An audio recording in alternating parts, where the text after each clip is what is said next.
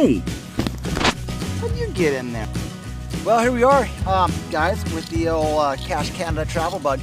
Here's my first adventure. My first adventure is bringing me to the original stash, the place where it all started. Yeah, May 3rd, 2000. Dave Ulmer.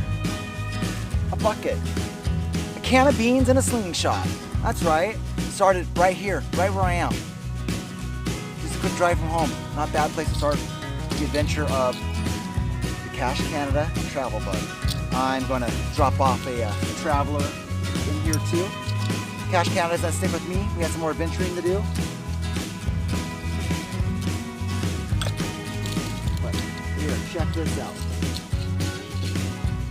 Come here, bring it in. Check it out, check it out. Look at this, look. Look, move this out of the way.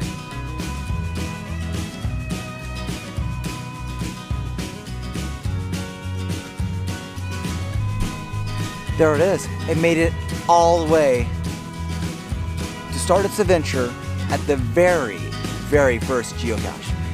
Cool thing though, hidden by Dave Ulmer from Beaver Creek, which is not too far from where I am right now. The cache was found. Now, if you know the date where it was found, leave it in the comments. And if you know who, leave it in the comments. But he was from my home city, Vancouver, Washington.